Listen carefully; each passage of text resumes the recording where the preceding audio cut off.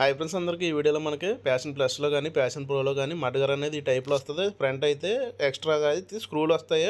అవి మనకి loose sound వచ్చేటప్పుడు అడ్జస్ట్మెంట్ చేసుకోవడానికి ఉంటుంది.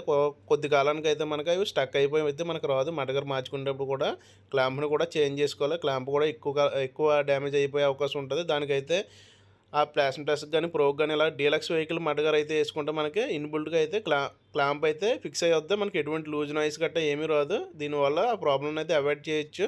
సేమ్ లుక్ ఉంటుంది. వీడియో నచ్చితే లైక్ చేయండి, ఛానల్ సబ్స్క్రైబ్ చేయడం మర్చిపోకండి. మీకు ప్యాషన్ ప్లస్ కానీ ప్యాషన్ ప్రో కానీ వెహికల్ ఉంటే ఇష్టమైనా కూడా కామెంట్ సెక్షన్లో కామెంట్ చేయండి. Thank you for watching.